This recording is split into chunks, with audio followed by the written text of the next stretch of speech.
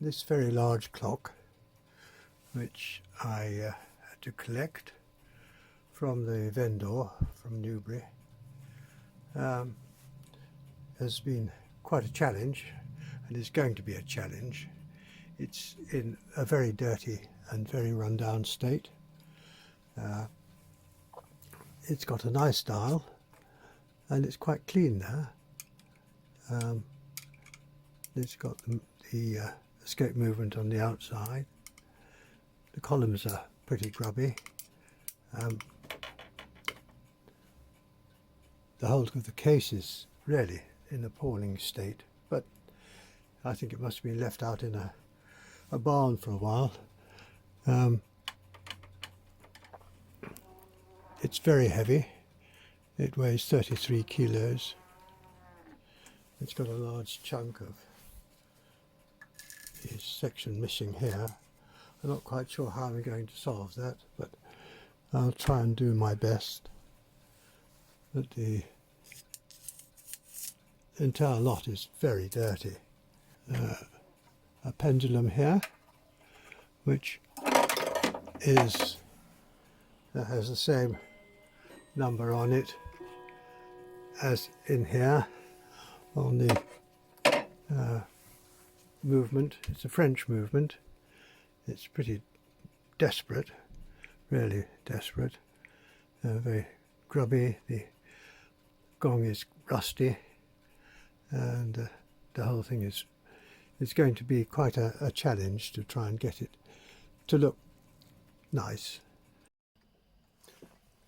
Now I'm going to show a short video on the rite of passage I had with a Brocot Jewelled Escape wheel on the face of the clock. It was a bit of a nightmare. I didn't know where to look, I didn't know how to do it, and I made various mistakes. First of all, what you've got to appreciate is that the back dial at the back there is separate from the front dial, and so what you have to do is, before you start to do anything, take the hands off. So you take the pin out, remove the hands, and so that you can then take that back dial away from this section when you take the pins out of the back that secure it. I can't show you exactly what I mean, but the system is that you have another plate in here on this. You have an additional plate in there, right? And that plate has got the escape wheel and that panel at the back attached to it.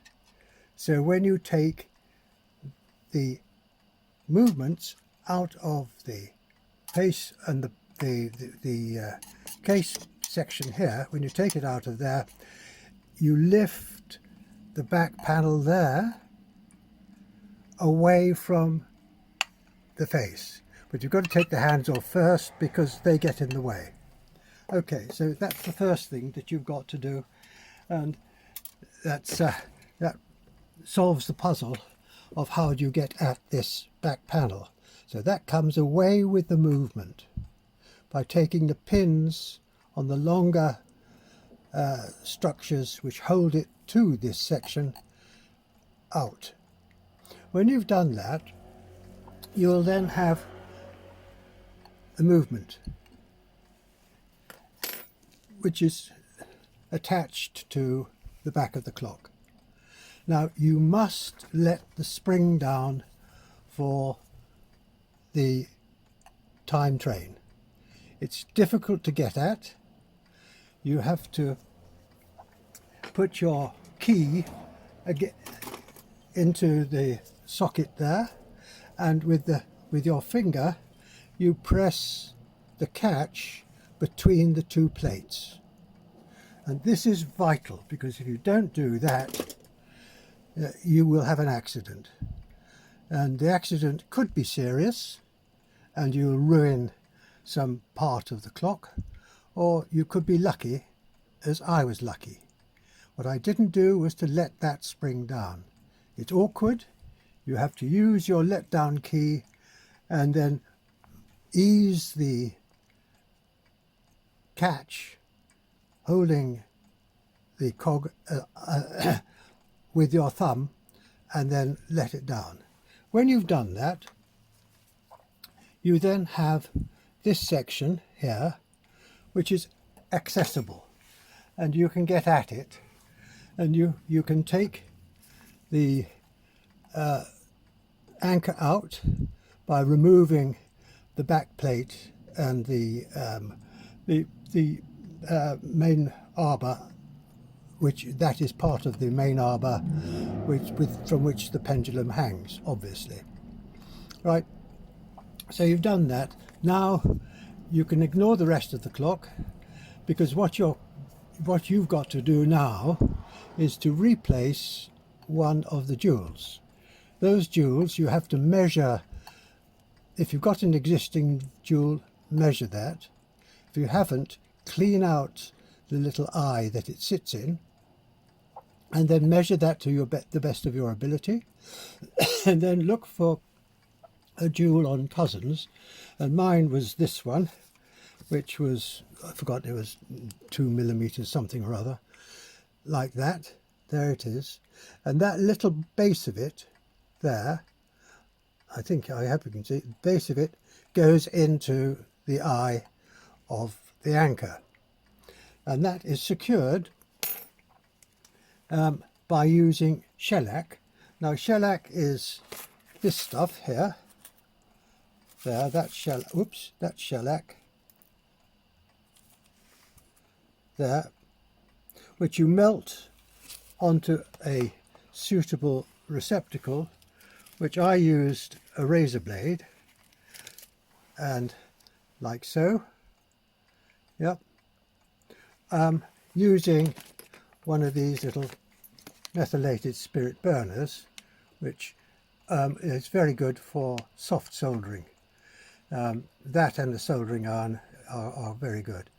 And you only have to use a tiny bit. You only need a pinhead to put into that section of the anchor to take the jewel. The face of the jewel is, on one side it's facing up, on the other side it's facing down, and so that, and the jewel itself, the curved section on this side here, the release, has to catch the teeth and just slide off. This took quite a lot of adjustment. I was quite lucky in as much that the anchor here is split and it's not solid, so I could prise that open a little or close it a little so that I could adjust the movement and the amount of engagement of the jewel in the anchor. To get the jewel into the anchor, you warm the anchor, preferably with a soldering iron, an electric soldering iron, something like this. Yep, this is what you want to use, because when you put the jewel into that little spot there, you have to have the shellac soft, and you then have to adjust it. And to do that, you've got to be able to heat the anchor and the eye of the anchor, and you can do that by using this. There are professional tools that you can have which you apply a flame to, but they're quite expensive, and these are something you might have already in the house. So you will then have the jewel. Now, to set the jewel at the right angle, I suggest you go to William Porter, who was my key to everything on this, and from whom I learnt. He has got 3 illustrations of replacing the Brocot Escape making either steel pins, or he demonstrates in the third one to use the jewelled pins, and they've got to be set at an angle so that the flat of the two the two jewels are, the line will go through the center of the escape wheel, the pinion of the escape wheel. So you've now got the anchor out. If you take these screws out here, this arch shape here and this particular one just comes out, and you can then remove the escape wheel. If you haven't let the spring down, which I hadn't, unfortunately there wasn't very much power left in the spring, then the escape wheel will run amok. So that is very important that you've done that. Once you've got the escape wheel out, you can then attend to that. Now, the reason why this clock didn't go properly, and I believe I've sorted it out, and that's why I'm so happy about it, absolutely delighted, was two things. First, I had the distance between the two jewels. It was either too far, or at the time when I started it was too close, and when I'd finished it was, as in the previous video, they were too far apart. But now I think they're pretty well perfect, and you can see when I have a look, when I enlarge this now, the drop on this jewel here, you can see, just see that the flat of that jewel just clears by 0.5 millimeter the tooth. And it's the same with this one, obviously, otherwise it wouldn't balance, but you can't see it so clearly because this one rolls off on the round of the jewel, and it then just clears the tooth. And you can see from this the left hand one, the line of the jewel runs through to the pinion pivot, to the pivot of the escape wheel, and it's the same with the other side on the drop on the discharge side. That jewel face runs through to the center of the pin of the pivot, the center of the pinion, the pivot, and so so it then the tooth actually drops just under, or pretty well on, the center of the curve in both cases. Actually, it's in this case, maybe the calculations that that I had to do were slightly wrong in getting the size of the jewel, but this works now. Now, the problem I also had that the escape wheel was very old, and as a consequence, the teeth, the flat, wasn't as true as it should have been.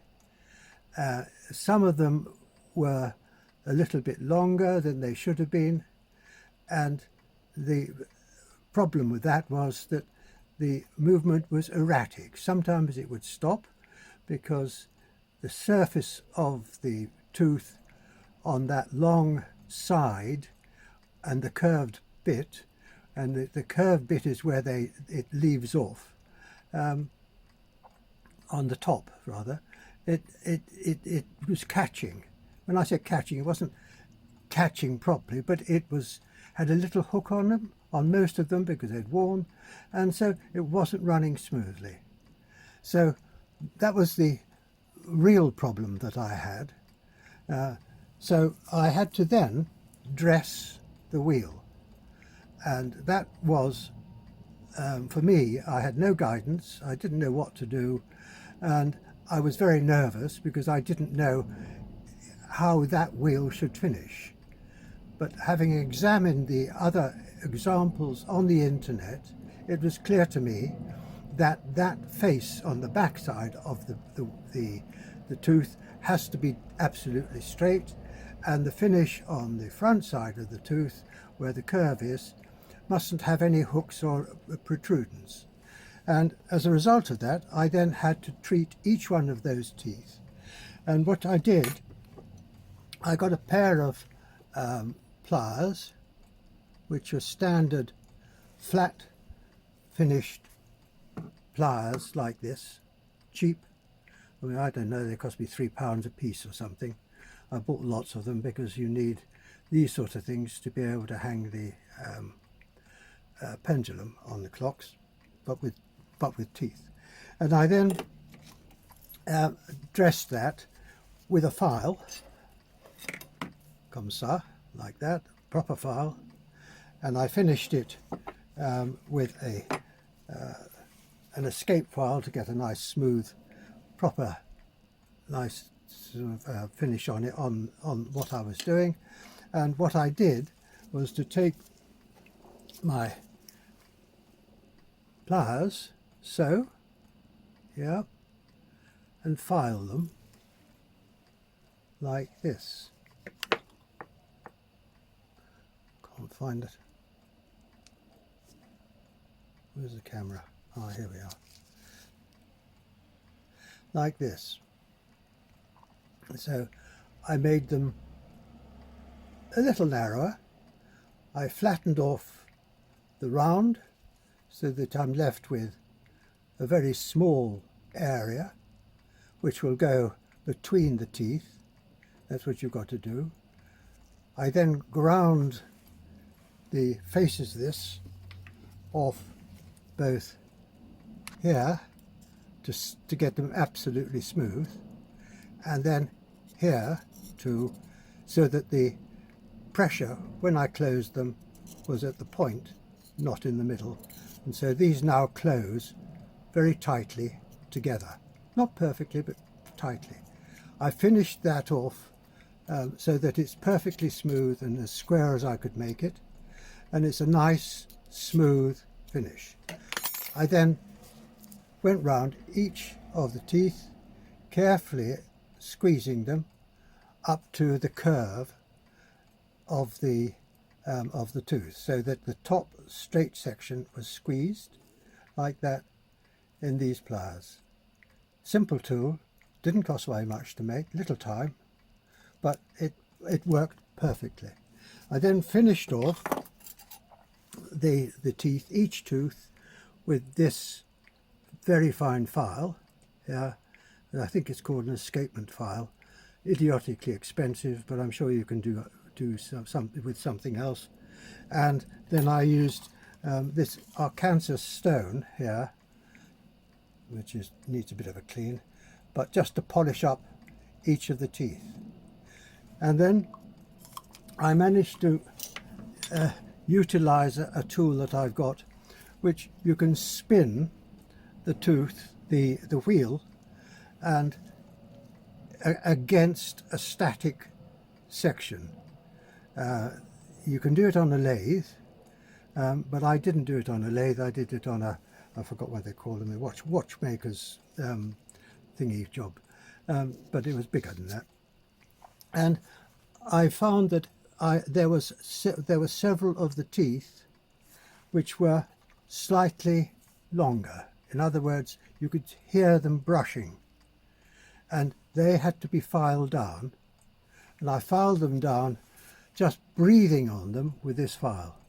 I mean, literally just as gentle as you possibly could to remove a tiny bit of material.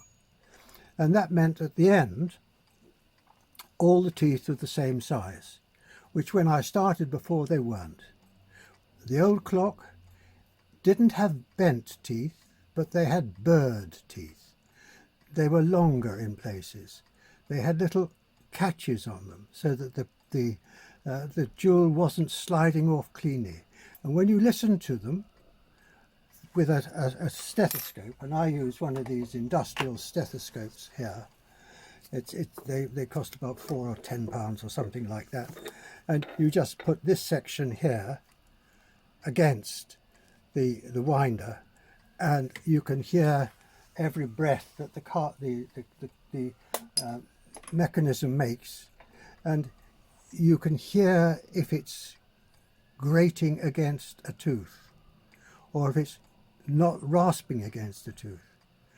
And the difference when I'd finished doing that and sorting the teeth out from earlier on when I first got the clock to now has given me such confidence that I believe that this clock now will run without hesitation.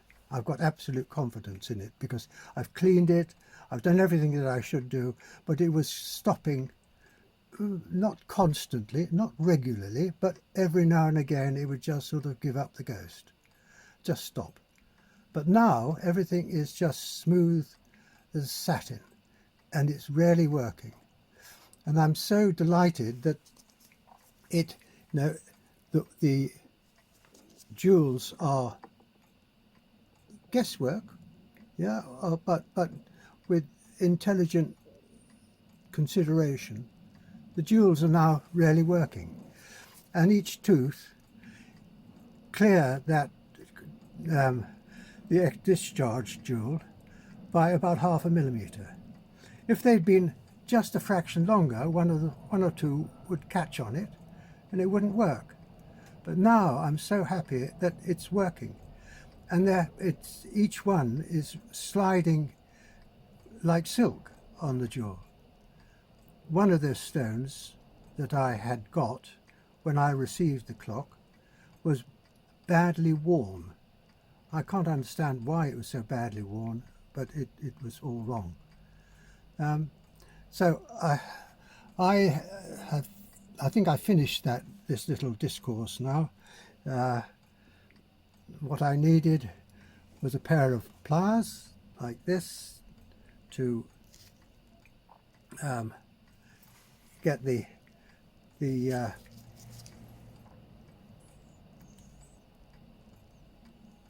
teeth flat, perfectly flat, and I can't do that, that's no good, I'm sorry. Do it again.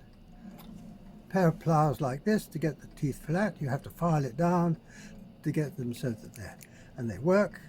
Cheap as chips, takes time, and our cancer stone to be able to get the finish smooth as silk. A fine, and it doesn't have to be an escapement file, but they come from cousins and idiotically expensive, but you can use other things to polish it up. A big juicy file like that to cut the pliers down. Some shellac. This is, I got my shellac from this place, but you can buy it on it's Jenkins flake orange shellac, Jenkins. I can't remember how much it was, but a ton in there, and I use it for French polishing wooden cases. So for me it was second-hand, second nature. I'd got it all. The key to it all is to refer to William Porter in Born Again Clocks, and this is what I did with him, and I did all the calculations that I could, and I made what notes I needed. Don't just look at it and say, oh, I know all about it. Write it all down. You've got something here that, if it works, is a joy. If it doesn't work, it drives you crackers. And I could open and close this particular anchor because it's got this V here. And I opened it because I thought that was the right thing to do. And I opened it too far. I closed it then, and I closed it too far. But now when I look at that and I see that the teeth are clearing the jewel by about 1/2 millimeter, I know it's right. I can't get any better. It's fantastic. And I'm really excited that I've got that far with this clock that I looked at with awe and dread and fear. But having studied born again clocks and taken it into hand, then it works. And I hope that anybody who's got a brochette clock like this with the escape movement on the face with jewels in it can look at this video and perhaps get some ideas of what you're up against. Not difficult, just have courage. Okay, cheerio, good luck.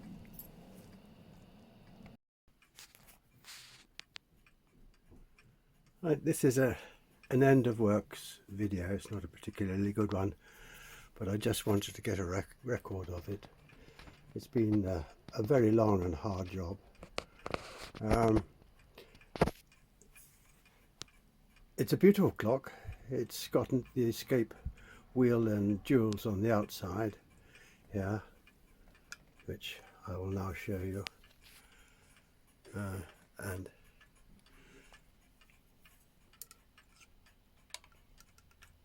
that was quite an exercise, because I had to replace this jewel on this one here, and I had my doubts as to whether I could do it, but it worked out okay in the end. I managed to do it. I had to replace the leather on the gong for the striking hours, but it didn't work properly, and actually I ended up by putting a piece of hardwood in instead, but it works quite well.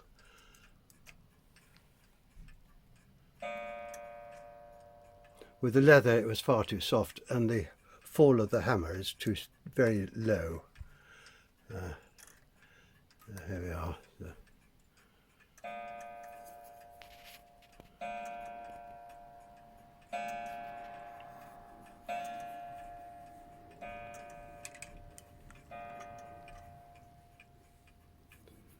I repaired the base of it, which was an absolute nightmare, because a large section of the skirting had been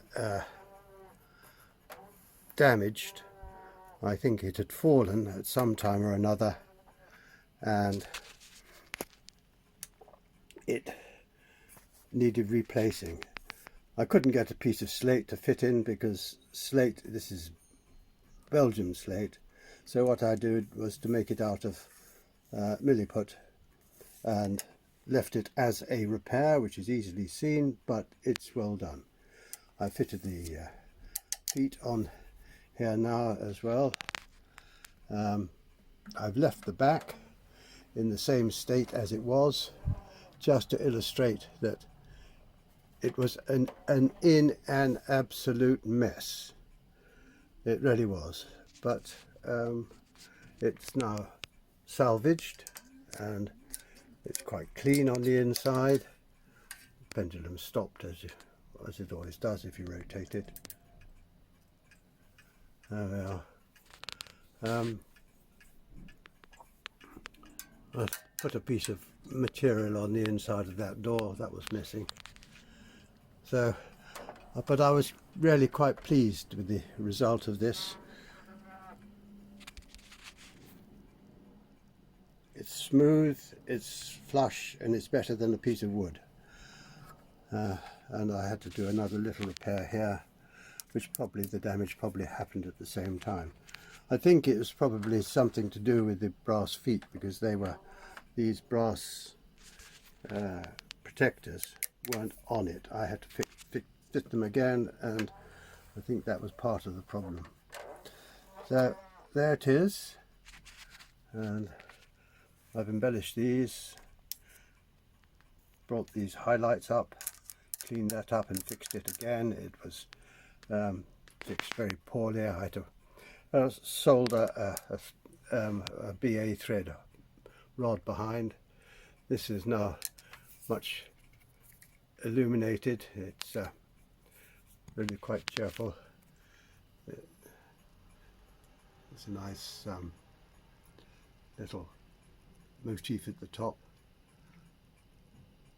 The columns, pillars are polished up, but not too highly polished. No, they've been polished so that it, they look good, but not over polished. The clock has stopped, but because we've rotated it, I'm not sure if I can get it going again. No, I have to push the pendulum because it's so heavy. It's a very heavy clock. So there we are. It's all done. I'm really delighted with it. It's one of the best clocks I've ever done, and certainly had some interesting aspects, particularly with the jewelled anchor pallet and escape wheel system on the face.